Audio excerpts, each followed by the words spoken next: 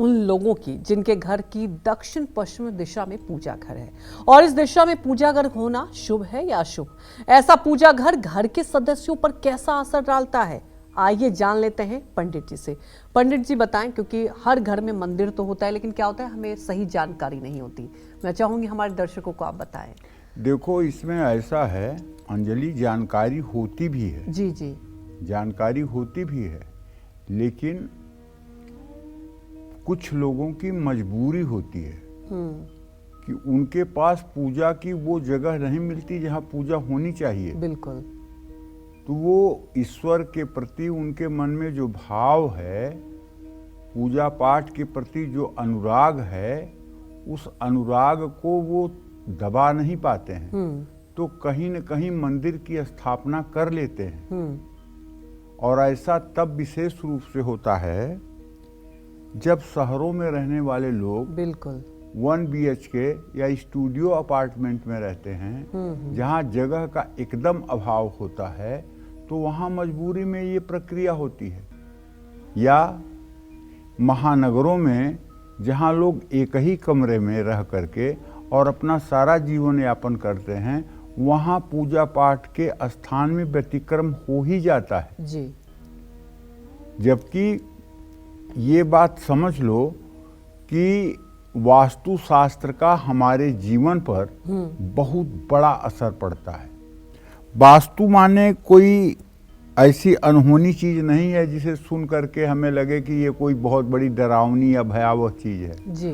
वास्तु माने होता है व्यवस्था। और व्यवस्था कैसी? प्रकृति के अनुरूप व्यवस्था।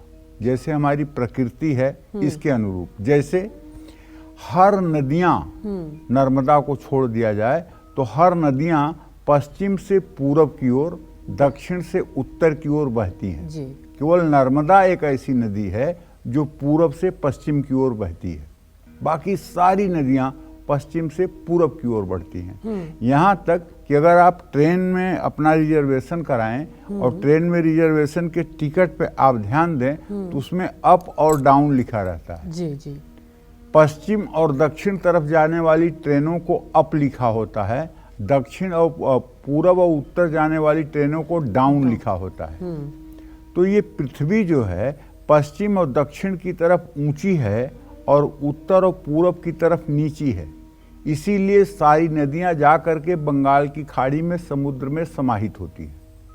ठीक है, तो उसी तरह से हमारे घर की भी व्यवस्था होनी चाहिए। जैसे हमारे घर का दक्षिणी पश्चिमी हिस्सा ऊंचा होना चाहिए।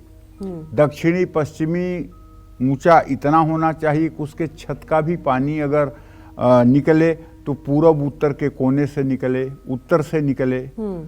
और फर्श भी नीचे की ऐसी हो कि पूरब और पश्चिम और दक्षिण की फर्श 2 सेंटीमीटर पंडित जी, ऊंची हो। आपको रोक रही हूँ, लेकिन जैसा आप बता रहे, जब पहले जमाने में क्या होता था, घर खुद बनाते थे। हाँ। लेकिन अब आप खुद जिक्र कर रहे हैं कि शहरों में फ्लैट सिस्टम होता है, सोसाइटी कल्चर भी है।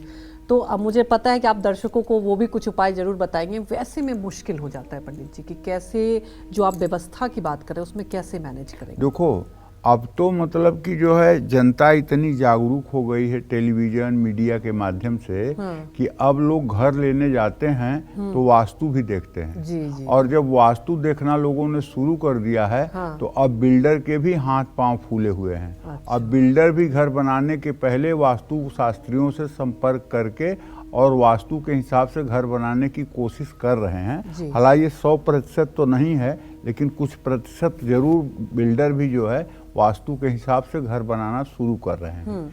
जैसे आपने पूछा कि अगर किसी के घर में दक्षिण पश्चिम दिशा का पूजा घर हो तो ये शुभ बिल्कुल नहीं माना जाता है।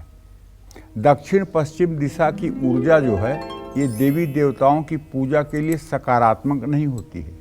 इस दिशा में पूजा घर हो तो वहाँ रहने वाले को पेट से संबंधित हमेशा रोग होता है। और दक्षिण पश्चिम दिशा का पूजा घर व्यक्ति को लोभी बनाता है। ऐसे लोग किसी भी सफलता या सुख से संतुष्ट नहीं होते हैं। आर्थिक संकट आने की संभावना ज़्यादा रहती है। कारोबार में घाटा होता है। पैसा फंसने की संभावना प्रबल रहती है। दक्षिण पश्चिम दिशा पितृ पूजन के लिए शुभ होती है पितरों की पूजा के लिए, ना कि देव पूजन के लिए। तो दक्षिण पश्चिम दिशा में भगवान विश्वकर्मा की पूजा आप कर सकते हैं। इसके अलावा किसी देवी देवता की पूजा अगर आप कर रहे हैं तो वो पूजा अनर्थकारी है, इसमें कोई दो राय नहीं है। जय मां विंध्यवासिनी।